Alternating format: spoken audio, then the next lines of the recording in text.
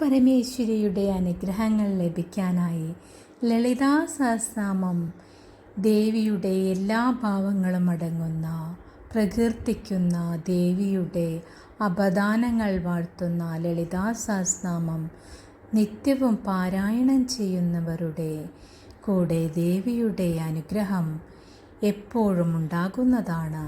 അതുകൊണ്ട് എല്ലാവരും ലളിതാ സഹസ്രനാമം ജപിച്ചുകൊണ്ട് അമ്മയുടെ കൃപാകടാക്ഷങ്ങൾക്കായി പ്രാർത്ഥിക്കുക.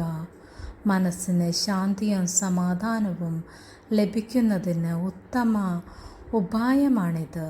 എല്ലാവരും ഇതേ വിധത്തിൽ ചെയ്തുകൊണ്ട് അമ്മയുടെ കൃപാകടാക്ഷങ്ങൾക്കായി പ്രാർത്ഥിക്കുക.